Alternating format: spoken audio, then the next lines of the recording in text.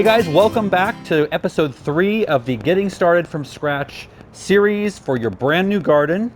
I am here again today at my sister-in-law Tammy's house, and we are going to be tackling 2 different subjects. Number 1, building a simple, affordable raised bed, and 2, irrigation and how to water.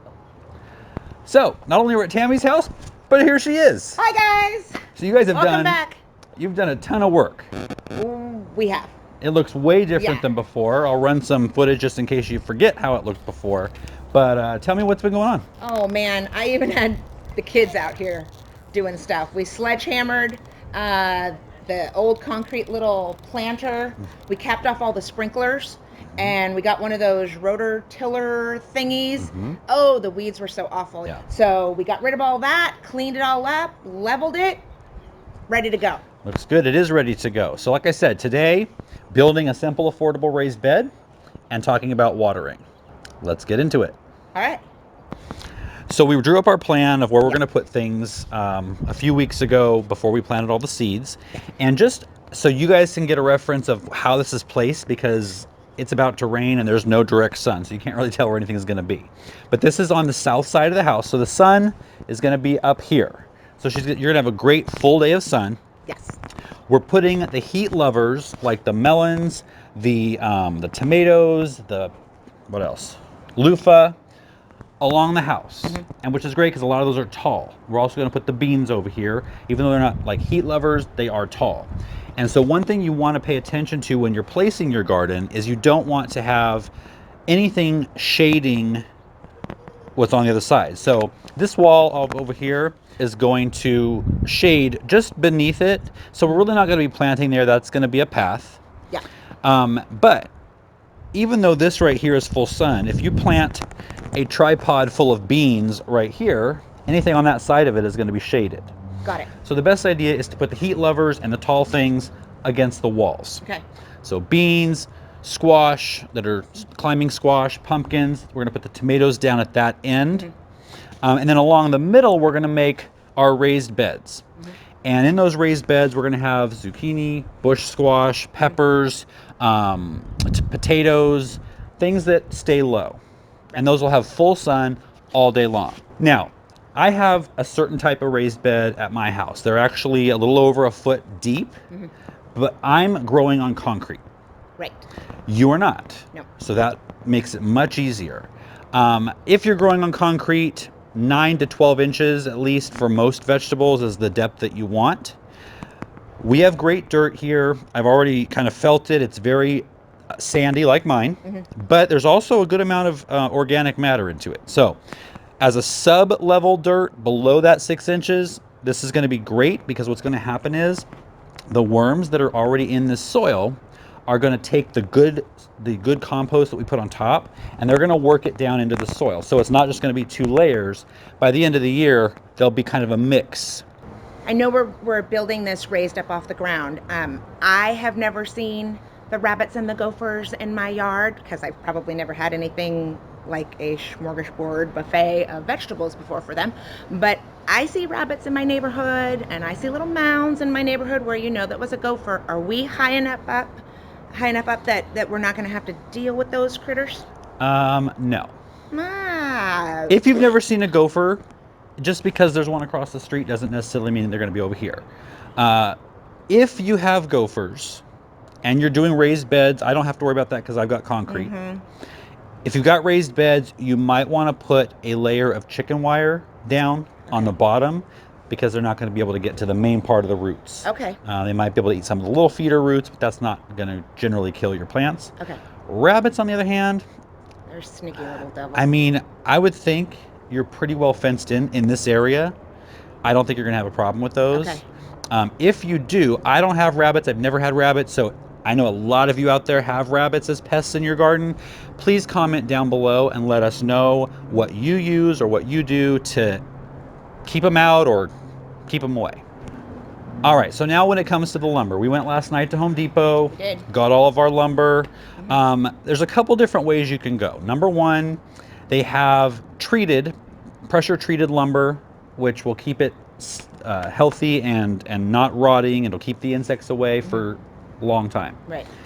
Generally, there are safer and non-safer things that they use to treat the wood.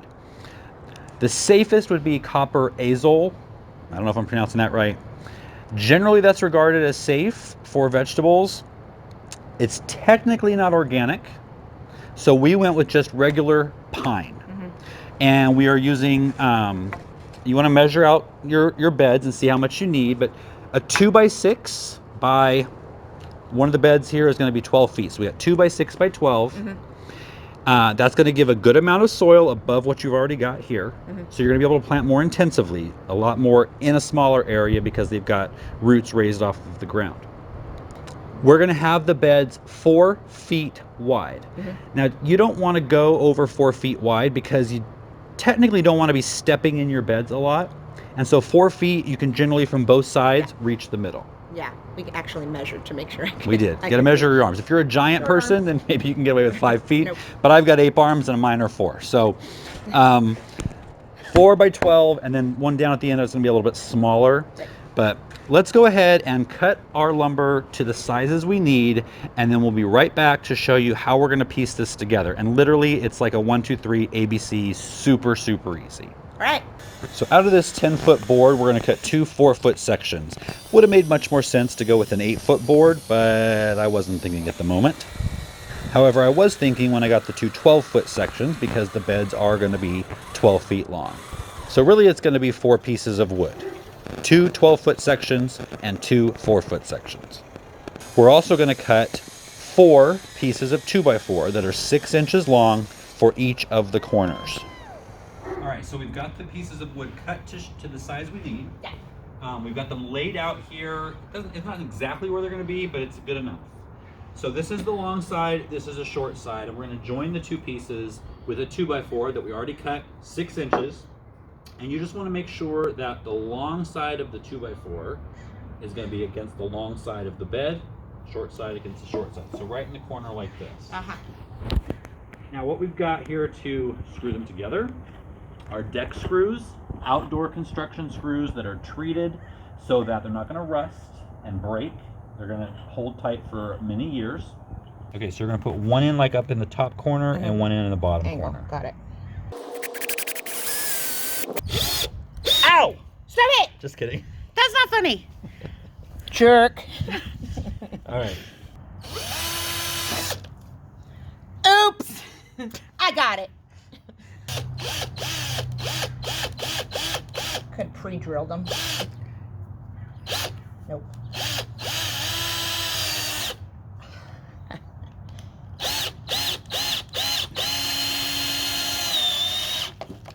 Okay.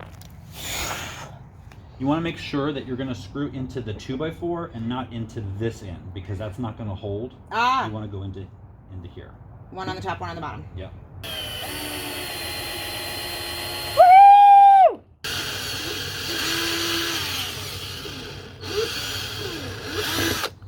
That hurt. So was that pretty easy? It was awesome. I love, building it myself and the power tools. Did I slip and almost impale myself a few times? Yes, but it's built and it's sturdy and it was super cool to do it myself. And easy. I think what did we spend? About $40 on the wood? Yeah. For both beds. Yeah. We're going to build the second bed in a minute. Now, if you have, like we mentioned before, if you have critters that come up from the ground like a gopher, you might want to put a layer of chicken wire down before you put your dirt in. So we might do that. Now, if you are putting this on a former lawn, or if you have lawn growing right now, you can, even if there's a lawn here, you can put it right down on the lawn. If the lawn is not an invasive species like Bermuda grass, that's what I have. In that case, you'd want to get rid of that or put down some kind of weed barrier, like a commercial weed barrier that's like a cloth, or you can put down layers of cardboard and that will keep the weeds down. If it is not an invasive species and it's just a ryegrass or something, you can just put the compost in the dirt right over it. It'll kill the grass and you're good to go. The dead grass will actually feed your plants. So because you did have a little Bermuda, I think we should put a layer down. Okay. And then what we're gonna fill this with is, it's an organic raised bed mix. I found it at Home Depot. It's Kellogg's brand.